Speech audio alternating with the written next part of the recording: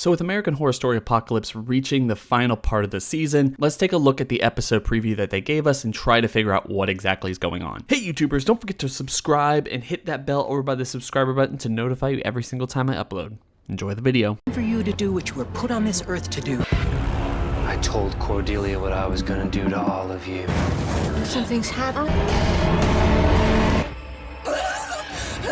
Okay guys, so this episode preview is all over the place. It's chaotic and I'm not really sure how they're going to build everything, but I'm going to separate it like I always do and let's talk about what I think is going to happen, some theories, and anything else that comes to mind. Tell me in the comment section below what you want to happen. But with that being said, I think we're going to start off directly where we ended last night's episode. We're going to have Michael and Miss Mead's relationship explored a little bit more, and Miss Mead is going to convince Michael that it's time to actually start the apocalypse, do everything in order to do that. And the interesting thing I think here, and I mentioned this in the review, the fact that Michael isn't getting any plans or any type of guidance from his own father. He has to go to the humans. He has to go to what they believe the apocalypse will be like, what they believe the rise of Satan actually is, and everything surrounding his importance to the world.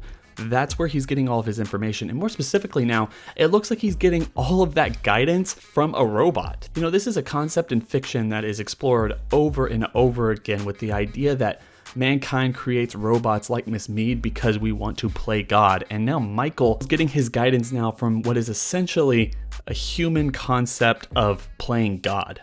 This is the human child equivalent to what they are to God and the devil. And I think that's kind of interesting. I'm not sure if that's what they're going for, but given everything that we've seen over the last couple episodes, I would imagine that is a big element to the ending of this season. And one of the things I think might be even a redemption arc for Michael sometime later down the line this season. But anyway, I think the story itself is going to split between what Michael is doing and what Miss Mead is doing. Miss Mead looks like she's setting up everything with the cooperative and trying to get the apocalypse well underway, while Michael goes to the Witches' Coven and starts to fight them. As he said in episode 3, he thought he took out everybody, and it seems like in this episode that's what's going to happen. The climactic battle between the Coven Witches and Michael, or at least the very first one. Remember, the third episode took place during Halloween, so if they are dead, their ghosts would be able to roam around, roam free, and actually go against Michael on that night specifically. And I think as we get later into this preview, there's a reason why some of the witches were able to escape his wrath and he wasn't actually able to fight them. But honestly, I think this is where Michael's going to come in and kill Cordelia, kill Madison, and kill Myrtle. At least those 3 witches, and it's going to look like at the very end of the episode that he won. At the same time, I think Miss Mead is going to start the cooperative and actually start the apocalypse herself. Yes, using Michael as a catalyst for that, but she is going to be the main undertaker for that initiative. What is this cooperative? Well, you heard of the movers and shakers? Destroy it. So as you did see in that clip, it looks like the bomb is actually going off. And if I had to say that who that was, I think it would be Miss Venable actually watching the bombs go off. I can't really see based on the just eye picture, and she's watching this basically from the outpost, that the apocalypse has just happened and she was a part of it. It's something that is very scary, but probably working with Miss Mead, she takes out those 2 robotics guys so they can't control her. And it's just another way to help Michael later down the line, as we've already seen from episode 3 of this season.